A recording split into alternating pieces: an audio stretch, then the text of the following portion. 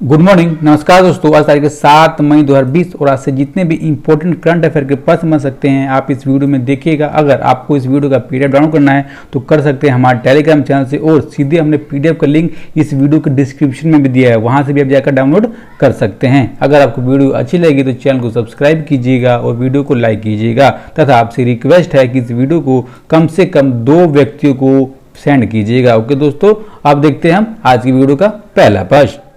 जम्मू कश्मीर के कितने फोटो पत्रकारों को पिछले साल अगस्त में अनुच्छेद 370 के अधिकतर प्रावधान हटाए जाने के बाद क्षेत्र में जारी बंद के दौरान सराहनीय काम हेतु पुलित्जर पुरस्कार 2020 से सम्मानित किया गया? दोस्तों ऑप्शन नंबर सी के 3 व्यक्तियों को सम्मानित किया गया। जो आपको इमेज में दिख रहे हैं यही हैं तीनों व्यक्ति। ओके, अब देखते हैं दोस्तों इनका नाम क्या है। तो इनका नाम है दोस्तों डार यासीन, मुख्तार खान और शन्नी आनंद। अब देखिए दोस्तों पेशे से दोस्तों ये फोटोग्राफर हैं। ठीक है, अब किस एजेंसी के लिए काम करते हैं दोस्तों? तो न्यूज एजेंसी दोस्तों एसोसिएटेड प्रेस, इसके लिए काम करते हैं। ठीक है, अब देखिए इनको पुरस्कार क्यों दिया गया? तो धारा 370 जब कश्मीर में हटाई गई तो उस दौरान उन्होंने अच्छा हालत दिखाया फोटो यानी कि तस्वीरों के माध्यम से पूरे वर्ल्ड को, इसलिए इनको पुलित्जर पुरस्कार से सम्मानित किया गया है 2020 के लिए। ठीक है, अब देखिए जो पुलित्जर पुरस्कार है ये क्या है दोस्तों?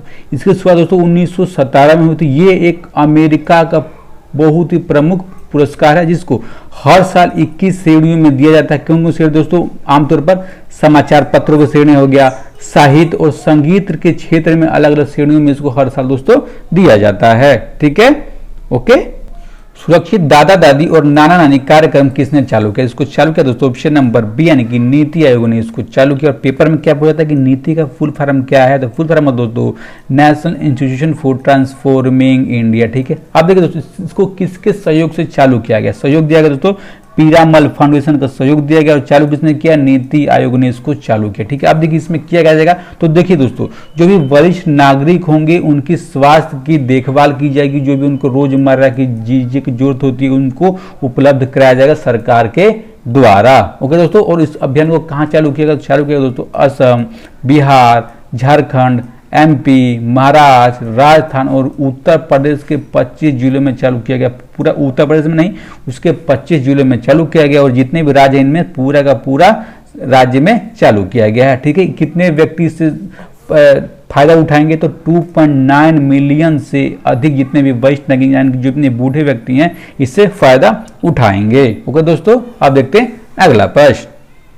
झारखंड सरकार ने प्रवासी लोगों की मदद करने के लिए मनरेगा के दिवस बढ़ाने के लिए कितनी नई योजनाओं को शुरू किया है? तो शुरू किया दोस्तों ऑप्शन नंबर बी यानी कि 3 नई योजनाओं को शुरू किया। इसी घोषणा किसने की? इसी घोषणा की प्रेजेंट टाइम की झारखंड के मुख्यमंत्री हेमंत सोरेन, उन्होंने इसकी घोषणा की। ठीक है, अब देखिए दोस्तों जो 3 योजनाएं इनको लॉन्च करने का उद्देश्य क्या है? उद्देश्य ये है दोस्तों जो भी श्रमिक होते हैं, जो भी मजदूर होते हैं उनको अच्छी मजदूरी मिल सके, जिसका वो अपने गरीब परिवारों का भरण पोषण कर सके। ठीक है, अच्छी तरीके से रह सके और जो भी सरकार है उसको अच्छी योजनाएं बनाने का टाइम मिल सके। ठीक है, 3 योजनाएं कौन सी योजना है दोस्तों? पहली बिरसा हरित ग्राम योजना, इसके अंतर्गत में वृक्षारोपण के पेड़ लगाए जाएंगे। ठीक है, दूसरी है नीलांबर पीतांबर जल समृद्धि योजना, इसमें दोस्तों जल की योजना है कि इसके अंतर्गत में जो भी पानी की आवश्यकता पड़ती है, पानी की दिक्कत होती है, उसके अंदर दोस्तों तालाबे खोल दे जाएंगे। ओके, और तीसरी योजना है वीर शहीद पोतो हो खेल विकास योजना, इसके अंतर्गत दोस्तों ये खेल की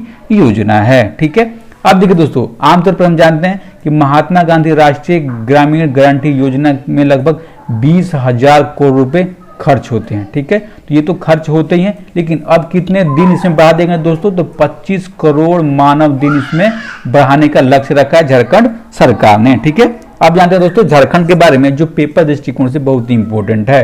ओके, झारखंड के राजधानी दोस्तों रांची, चीफ मिनिस्टर है हेमंत सोरेन, गवर्नर है द्रौपदी मुर्मू और इसकी पार्लियामेंट सीटें हैं राज्यसभा की 6 और लोकसभा की 14।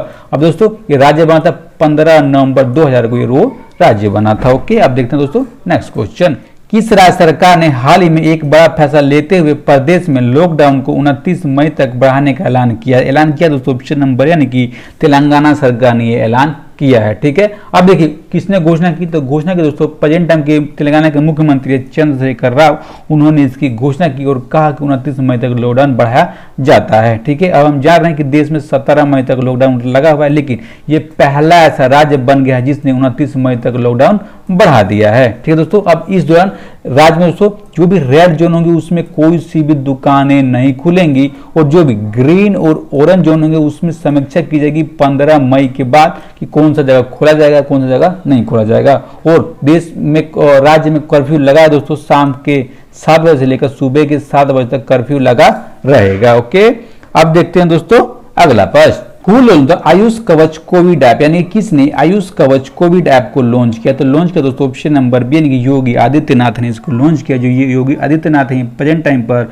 उत्तर प्रदेश के मुख्यमंत्री हैं। ठीक है दोस्तों, अब इसको बनाया किसने, तो बनाया है दोस्तों आयुष मंत्रालय ने इसको बनाया। बनाने के पीछे मकसद क्या है, तो मकसद है दोस्तों लोगों को स्वास्थ्य उपचार देना, किसके माध्यम से, प्राकृतिक संसाधनों के माध्यम से। प्राकृतिक संसाधन कौन दोस्तों, ये संसाधन है तुलसी, लौंग, दालचीनी, और जो भी हम किचन में जो भी सामग्री जो भी मसाला यूज करते हैं उसके माध्यम से जो भी हमारा इम्यून सिस्टम है, जो भी हमारा प्रतिरक्षा प्रणाली है उसको मजबूत बनाने के लिए बढ़ावा देना इस ऐप का जरूरत है। ठीक है, अब जरूरत क्यों पड़ी, क्योंकि पड़ी दोस्तों जो भी कोविड-19 के संक्रमण अगर किसी को हो जाता है तो अगर उसकी इम्यून सिस्टम यानी कि उसकी प्रतिरक्षा प्रणाली अच्छी रहती है तो जल्दी रिकवर कर जाता है। तो इसी को आगे बढ़ाने के लिए आयुष मंत्रालय ने इसको लॉन्च किया है। ओके दोस्तों, आप जानते हैं दोस्तों उत्तर प्रदेश के बारे में। ठीक है, तो जैसे मैंने आपको बताया था राजधानी का है लखनऊ, चीफ मिनिस्टर हैं योगी आदित्यनाथ जी, गवर्नर है आनंदीबेन पटेल, और पार्लियामेंट में सीटें कितनी है राज्यसभा की 31, लोकसभा की 80। पूछा जाता है दोस्तों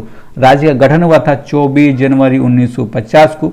राजकीय पशु क्या है, बारहसिंगा, राजकीय पक्षी सारस, राजकीय पेड़ अशोक का पेड़, राजकीय फूल है पलाश, राजकीय डांस कथक, राजकीय खेल दोस्तों फील्ड हॉकी। ओके, आप देखते हैं next question, centre for monitoring Indian economy की रिपोर्ट के मुताबिक भारत में कोविड-19 लॉकडाउन के दौरान अप्रैल में कितने लोग बेरोजगार हो गए, तो बेरोजगार हो गए दोस्तों ऑप्शन नंबर डी की 12.2 करोड़ लोग बेरोजगार हो गए। ठीक है, अब रिपोर्ट कब आई दोस्तों, रिपोर्ट आई थी 3 मई को, और ये बेरोजगारी की जो दर है उसका परसेंटेज कितना है दोस्तों, परसेंटेज दोस्तों 27.11% है। ठीक है, अब देखिए जो शहरी क्षेत्र में कितने लोग बेरोजगार हैं, तो बेरोजगार दोस्तों 29.22% शहरी क्षेत्र में बेरोजगार हैं, और ग्रामीण यानी कि जो भी गांव के क्षेत्रों में 26.69% गांव के क्षेत्र में लोग बेरोजगार हो गए हैं। इससे दोस्तों किसको नुकसान बहुत ज़्यादा हुआ, तो नुकसान हुआ दोस्तों जो भी दिहाड़ी मजदूर हो गए, छोटे व्यवसाय करने वाले व्यक्ति हो गए, उनको जो भी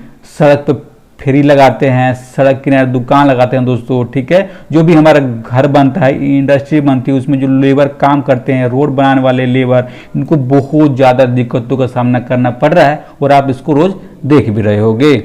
ओके दोस्तों, अब सबसे इंपॉर्टेंट कि कितने बेरोजगार हमें याद करना दोस्तों, 12.2 करोड़ लोग बेरोजगार हुए हैं। ओके, बहुत ज़्यादा बड़ी समस्या है। आप देखते हैं नेक्स्ट क्वेश्चन, संयुक्त राष्ट्र की रिपोर्ट के अनुसार भारत में 2019 में आंतरिक रूप से कितने व्यक्ति विस्थापित हुए, तो विस्थापित हुए दोस्तों ऑप्शन नंबर डी की 50 लाख व्यक्ति विस्थापित हुए। और आंतरिक रूप से विस्थापन का मतलब कि एक राज्य से दूसरे राज्य में व्यक्ति चले गए, देश चेंज नहीं किया, बस राज्य चेंज किया है। ठीक है दोस्तों, अब ये किस किस रूप में विस्थापन हुआ है, तो विस्थापन हुआ दोस्तों प्राकृतिक आपदा के रूप में, संघर्ष और हिंसा के कारण ये विस्थापन हुआ है 2019 में। ठीक है, देखिए दोस्तों नंबर 1 पर है भारत, सबसे ज्यादा हुआ है भारत में, तो नंबर 2 कौन है, नंबर 2 है दोस्तों फिलीपींस, फिर बांग्लादेश का नंबर आता है, फिर उसके बाद हमारा पड़ोसी देश चीन आ जाता है। ठीक है, अब देखिए पूरे वर्ल्ड में कितने लोग इससे यानी कि विस्थापन हुआ आंतरिक रूप से, तो हुआ दोस्तों 33 मिलियन लोगों का 2019 में विस्थापन हुआ है। ठीक है, जिसमें से 25 मिलियन लोग प्राकृतिक आपदा यानी कि सबसे बड़ा नाम आता है कोविड-19 की कोरोना वायरस का, और उसके बाद दोस्तों 8.5 मिलियन लोग संघर्ष और हिंसा के कारण विस्थापन हुआ। ठीक है, अब भारत के बारे में जानते हैं कि भारत में कितने हुए, तो भारत में टोटल हुए दोस्तों 50,37,000 लोग विस्थापित हुए हैं, जिसमें से प्राकृतिक आपदा के कारण दोस्तों 50,18,000 लोग प्राकृतिक आपदा के कारण और संघर्ष और हिंसा के कारण 19,000 लोग विस्थापित हुए हैं। ओके, आप देखते हैं दोस्तों अगला प्रश्न, which state government launch the exit app, यानी किस राज्य सरकार ने एग्जिट ऐप को लॉन्च किया? तो लॉन्च किया दोस्तों ऑप्शन नंबर से इनकी पश्चिम बंगाल सरकार ने इसको लॉन्च किया। और इसकी घोषणा किसने की? घोषणा की पश्चिम बंगाल के मुख्यमंत्री हैं ममता बनर्जी, उन्होंने इस एग्जिट ऐप की घोषणा की है। ठीक है, अब किसके लिए लॉन्च किया? लॉन्च किया दोस्तों जो भी व्यक्ति पश्चिम बंगाल में फंसे हुए हैं लेकिन वो किसी और राज्य के रहने वाले हैं, उनको ऑनलाइन अनुमति देने के लिए इस ऐप को लॉन्च किया गया। और इसमें करना क्या होगा? तो जो भी व्यक्ति पश्चिम बंगाल को छोड़कर जाना चाहता है वो इस फॉर्म को ऑनलाइन भरेगा और उसको ट्रेन से भेज दिया जाएगा उनके गंतव्य स्थान पर, उनके मूल राज्य में। ठीक है दोस्तों, अब देखते हैं नेक्स्ट क्वेश्चन। रूसी राष्ट्रपति ने किसको द्वितीय विश्व युद्ध के स्मारक पदक के साथ सम्मानित किया? सम्मानित किया दोस्तों ऑप्शन नंबर से किम जोंग उन को सम्मानित किया गया। ठीक, क्यों? क्योंकि द्वितीय विश्व युद्ध के दौरान सोवियत संघ की दोस्तों जीत हुई थी किसी पर? नाजी जर्मनी के ऊपर जीत हुई थी, उसकी 75वीं वर्षगांठ के उपलक्ष्य में ये अवार्ड दिया गया। क्यों? क्योंकि उत्तर कोरिया के क्षेत्र में जो भी दोस्तों सोवियत के सैनिक मारे गए थे उनकी यादों को ताजा रखने के लिए, उनकी महत्वपूर्ण भूमिका के लिए किम जोंग उन को यह अवार्ड दिया गया है। ठीक है, अब देखिए 75वीं वर्षगांठ दोस्तों पिछले साल वर्षगांठ थी कब? 9 मई को। उस कारण उनको परेड में शामिल होने के लिए रूस में बुलाया गया था और उसमें शामिल भी हुए थे। ठीक है दोस्तों, अब देखते हैं next question. Who won the youth award 2020, यानी कि किसने युवा पुरस्कार 2020 जीता? ये जीता है दोस्तों ऑप्शन नंबर 10 के सौरभ लोढ़ा ने इस पुरस्कार को जीता है, जो सौरभ लोढ़ा दोस्तों आईआईटी बॉम्बे से जुड़े हुए हैं। ठीक है, अब देखिए ये आईआईटी बॉम्बे दोस्तों इलेक्ट्रिकल इंजीनियरिंग के क्षेत्र में प्रोफेसर के पद पर कार्यरत है और इनको अवार्ड दिया गया नैनो विकास और प्रौद्योगिकी क्षेत्र में नए आविष्कार के लिए। ठीक है, अब देखिए इन्होंने आविष्कार क्या किया दोस्तों? तो आविष्कार ये किया कि सिलिकॉन और नैनो इलेक्ट्रिकल उपकरण के अलावा एक ऐसी चीज का उपयोग किया है जिसका उपयोग करके हम दोस्तों ट्रांजिस्टर प्रौद्योगिकी को बना सकते हैं। ट्रांजिस्टर प्रौद्योगिकी में क्या आते हैं? तो आते हैं दोस्तों mobile phone, server, desktop, laptop, ये बहुत ज़्यादा चीज़ें आती हैं। ठीक है, अब देखिए किस इन्होंने तरकीब का उपयोग किया। तरकीब ये क्या दोस्तों कि जो भी आमतौर पर हमारी वस्तुएं तो ज़्यादा गर्म होती हैं तो उनको गर्म नहीं हुआ जाता, यानी जो भी उनकी थर्मल स्थिरता है वो बनी रहेगी और जो भी उनका रेजिस्टेंस यानी कि जो भी उनका प्रतिरोध है उसको भी कम किया गया है उनके उपयोग के द्वारा, जिससे जो भी हमारा उपकरण बनाएंगे वो बहुत ज़्यादा तेजी से काम करेंगे और बिजली की खपत भी बहुत कम करेंगे। ठीक है, और खराब भी जल्दी नहीं होंगे। ओके दोस्तों, अब किस क्षेत्र से जुड़े हुए हैं दोस्तों? तो क्षेत्र है इंजीनियरिंग का और आईआईटी बॉम्बे से जुड़े हुए हैं। ओके, अब देखते हैं अगला प्रश्न। Recently Dalit Ezhilmalai passed away was, यानी कि हाल ही में दलित एजिमलाई का निधन हो गया। वह थे क्या थे दोस्तों? तो ऑप्शन नंबर बी यानी कि वह एक राजनेता थे। ठीक है, उनका निधन हुआ कहाँ? तो उनका निधन हुआ दोस्तों चेन्नई में उनका निधन हुआ। उनका एज था 74 वर्ष, लेकिन हृदय की गति रुक गई, इस कारण वो उनकी मृत्यु हो गई। ठीक है दोस्तों, वो पूर्व में केंद्रीय मंत्री भी रह चुके हैं। कौन से केंद्रीय मंत्री? तो स्वास्थ्य और परिवार कल्याण मंत्री रह चुके हैं। कब से कब तक? 1998 से 1999 तक, जब सरकार थी अटल बिहारी वाजपेयी जी की। ठीक है, कौन सी दोस्तों लोकसभा थी? तो 12वीं लोकसभा थी। और इसके अलावा वो सेना में भी दोस्तों आधिकारिक रूप में, जो भी भारत और पाकिस्तान का युद्ध हुआ था 1971 में, उसमें भी दोस्तों उन्होंने भाग ले चुके हैं। और इनको दोस्तों राष्ट्रपति की तरफ से सैनिक सेवा पदक का भी पुरस्कार दिया जा चुका है। ओके, अब देखते हैं नेक्स्ट क्वेश्चन।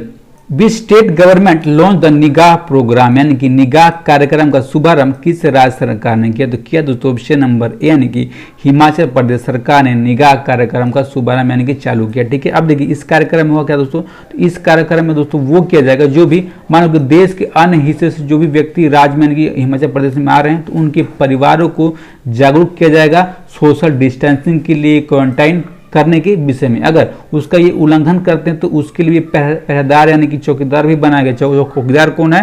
तो जो भी गांव की आशा होगी, स्वास्थ्य कार्यकर्ता हो गए, जो भी आंगनवाड़ी कार्यकर्ता होंगी, उनको ये बनाया गया है। उनको बताया गया कि आप बताइए कि सामाजिक दूरी कैसे बना के रखें, इस विषय में लोगों को जागरूक कीजिए। ठीक है दोस्तों, अब देखते हैं नेक्स्ट क्वेश्चन। भारतीय नौसेना ने विदेशों में फंसे भारतीयों को वापस लाने के लिए किस ऑपरेशन को लॉन्च किया? तो लॉन्च किया दोस्तों ऑप्शन नंबर ए यानी कि समुद्र सेतु ऑपरेशन को लॉन्च किया। ठीक है, अब देखिए दोस्तों इसके माध्यम से क्या किया जाएगा? इसके माध्यम से दोस्तों जो भी भारतीय नागरिक हैं विदेश में फंस चुके हैं उनको समुद्र सेतु अभियान के तहत घर वापसी यानी कि देश वापसी कराई जाएगी। ठीक है, अब देखिए इसको चालू कब किया जाएगा, इसको दोस्तों पहले चरण में 8 मई 2020 को चालू किया जाएगा। और किस रास्ते से, तो मालदीव गणराज्य के बंदरगाह के रास्ते से इसको दोस्तों चालू किया जाएगा। उसमें लक्ष्य रखा गया कि पहले ट्रिप में 1000 लोगों को घर लाया जाएगा, इनके देश लाया जाएगा। और जो भी व्यक्ति वहां पे होंगे सबसे पहले उनकी मेडिकल स्क्रीनिंग की जाएगी। ओके दोस्तों, अब देखें दोस्तों हम कल का प्रश्न, यानी कि जो भी हमने कल की वीडियो में प्रश्न पूछा था, क्या पूछा था कि मुंबई सेंट्रल स्टेशन का नाम किसके नाम पर रखा जाएगा, तो किसके नाम पर, तो ऑप्शन नंबर यानी कि नाना शंकर सेठ के नाम पर रखा जाएगा। और इसका जिन दोस्तों ने भी सही जवाब दे दिया है उसको, उनका नाम क्या है, तो विजय कुमार, रितेश दुबे, सौरभ राजपूत, छोटू आर्यन, संजय मालव और अमित मलिक, इन दोस्तों ने जवाब दिया है और इनका तहे दिल से मैं शुक्रिया अदा करता हूं। ओके दोस्तों, अब देखेंगे हम आज का प्रश्न, जिसका जवाब आप जैसे रोज देते हैं वैसे कमेंट बॉक्स में देना है। क्या है, who become the new summer capital of Uttarakhand, यानी कि उत्तराखंड की नई ग्रीष्मकालीन राजधानी कौन सी बन गई। इसका जवाब आपको कमेंट बॉक्स में देना जैसे आप रोज देते हो। ठीक है, और सबसे इंपॉर्टेंट कि अपनों और अपनों का ख्याल रखिए। धन्यवाद।